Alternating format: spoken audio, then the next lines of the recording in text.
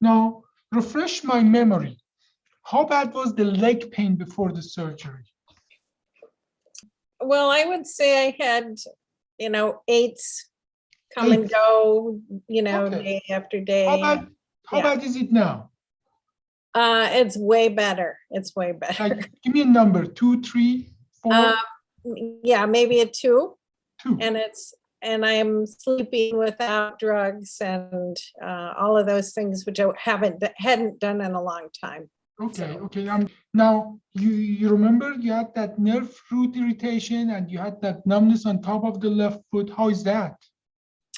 Well, I still have the numbness in my left shin, on the outside of my lower left leg, and also in my foot. I still, for the whole time since the surgery, have felt like I have tape wrapped around my foot. It's got weird Yeah. sensations in it. And I still, in spite of lots of work with my physical therapist, I still have trouble, lifting my foot as I walk to get it to operate properly.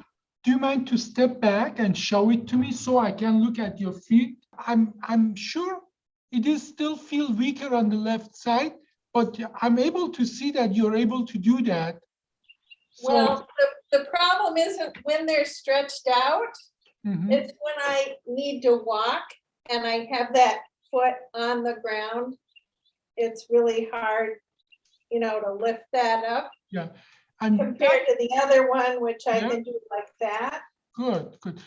This one it's coming along. Yeah. What? It is. I know, and I see that is still not compared to the other side as strong as the other side, but I think we have still time for that to come back. Okay. Okay, that's what I wanted to hear. Yeah. If your experience with other patients is, and that. See, most of the patient, depending on how long they had the nerve problem before the surgery, the nerves grow about an inch a month. And they have to grow from your back all the way down to your foot.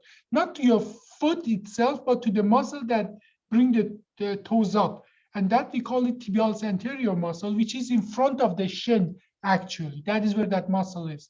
So practically from the back to the shin, you can imagine that is almost, 2.5 feet. So you'll still keep exercising. Do not give up on that, and you will get maximum recovery from that. Now, you are practically the middle of the road, what I expect the healing to be. Okay, the pain got better, you still have some numbness, and all of those symptoms is not unexpected at all. Let's look inside of you, see how the bone is doing, okay? Okay. I'm going to share my screen with you. Are you able to see that? Yes, now I can. So I'm going to go all the way to the top, and now we are coming down. These are the first screws. They're perfect. Okay. Exactly where they need to be. The bone in the back, here they are. Look at that. It made a connection. It's growing. And the bone in the front as well growing here. You see that white going inside. The very white is metal. The little less white is bone. Okay. And in the front and back, both the bone is growing. The next level, screws are perfect. The spacer is good. The bone in the back very solidly growing, and the bone in the front as well growing. Let me write this down.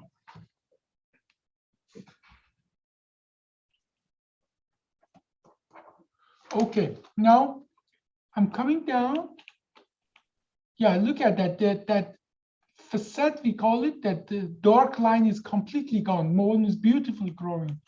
And these are the from bottom, the second set of screws, and these are very bottom screws. They're all perfect. They're all exactly where they need to be. No sign of trouble, and both level bone is growing beautifully in the back and the front. Now, so I'm happy with the bone growth. I don't see any sign of trouble there. Now, obviously, there are other areas that we didn't do surgery. I'm going to take a picture of that for my record. Like sacroiliac joint on the side, this joint where the sacrum and the pelvis are joining is not in a great shape. The levels above, you see that there's a bone spurs there, is not in a great shape, but it's not too bad either. So I think you're moving the right direction in the inside of it. Inside of you, everything is moving the right direction, and everything is growing appropriately. Now, if the other area is going to cause problem in the future, if you do more physical therapy and keep the muscles strong around the spine, it is less likely that they're going to cause a problem. So I would say if you learned anything from this, the whole process is, continue those exercises at home every day. So officially, I don't need to see you anymore because you're on the path and inside of you bone is growing. And obviously, if there's any question, you can connect back to me and we will, if you wish, I am happy to see you every 6 months and follow up on your progress. But you don't need a surgeon anymore. I think you need maybe a little more time and activity and physical therapy, keeping your back muscles strong. And I'm hoping that you still get most of the function back. Now, if it's in front of the shin, if it is numb, 2 of the things will happen in the next 6 months. Number one, you get, instead of numbness, you get a tingling and sometimes even sharp pain going down. That is a good thing. That means the nerve is connecting back. This is number one that my patient telling me happened. Number two, that patient happening is that after 2 years after the surgery, or after 1.5 to 2 years after surgery, when I asked them, is it still numb? They say, let me touch it. Oh yeah, it is still numb, but it doesn't bother them anymore. It's just like your brain says, okay, it is numb, but it's really nothing wrong there. It just suppresses that. One of these 2 things will happen in the next 6 months. Okay. And it's the chance of that, I would still say probably 50-50 which direction we will go. Okay, but keep exercising that muscle on the left. We call it what brings the foot up, to make it full still in the next year or so, to make that full strength. But that and those exercises that you would do for that is good for you anyways. You just should keep doing that. Okay. What other questions? So what about continuing to use the STEM device? Should I do that, or is there a reason to continue? They work best in the first 6 to 9 months after the surgery, meaning you don't have to use that anymore. Neither do you need to use the brace, except you yourself know that you're going to do something truly demanding. Okay. If you're going to do something that you know it's going to be tiresome for your back, you may want to put it on, but you don't have to use any of those anymore. Okay. I am wondering if you can put an order in with my physical therapist, so that he knows that you recommend that I continue with exercises, at least to check in with him, on a more limited, regular basis. Yeah, I put here physical therapy PRN, maybe you should go once a month, get a refresher, and then fill the gap between at home, but you have to do the homework, okay? Right. That is not a one time every week or so. This is every day, keep exercising that. And that our studies show that just because you had that back problem and now you're going to do those exercises, your overall outcome and prognosis for other levels in the spine, and let's be clear, I did not make you younger, okay? Yes. Your overall outcome is going to be better because now you're more likely to do those exercises every day to keep the spinal muscle stronger. So and that sort of give you more mileage of your entire spine. Okay, this is what our studies show.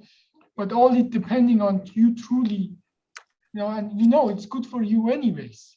Those exercises keeping not only for your spine, but as well for the rest of the body. But naturally everybody neglect the spine muscle, even if they exercise. No, you know you shouldn't neglect them. You should include them in your daily exercises, and that will keep you independent, hopefully until you're 120 years old. She's actually been good about Good. putting in the work, and you know, if she has a day that she falls off a little bit, you know, even her physical therapist has told her, you know, that's okay. You don't have to push it extra hard if you're not feeling it that day. It's more important that she does it whenever she can. Yeah, it is more about the balance. And, you know, this is something I tell my patient, those people who do athletic, by the time they're 35, they don't look like they're 65. No. So what you said, or avoid certain activities, what would be on that list? What would you say are the ones to avoid? I think naturally you know most of them. Like, I'm hoping you understand that if you go on a trampoline and bungee jumping or jet skiing and so on, that's not going to be favorable to your spine. Yes, well, those I'm avoiding for sure. Everything that your grandchildren have fun to do, you should avoid. Okay. Okay? If I would have to summarize it, that is what I would say. Yeah. If your grandchildren have a huge fun doing that, it's too much for you and I. Well, in January, I had my first grandchild born. Oh, okay. So they're not that old. No, Yeah, I take it but- back. Your children. I would say your children. But I will tell you, my goal all along had been to be able to hold him, to carry him. And I was able to do that. Our daughter and the baby and her husband all came here for 6 weeks. And we did babysitting, and I was able to hold him and carry him. And That's a pleasure. That's a very pleasurable thing. Yeah. Now, don't misunderstand me, but I hope I never see you again, because that means you. Okay? That works for me too, actually. Because if you need me, you know how to find me. Okay. Yeah, I do.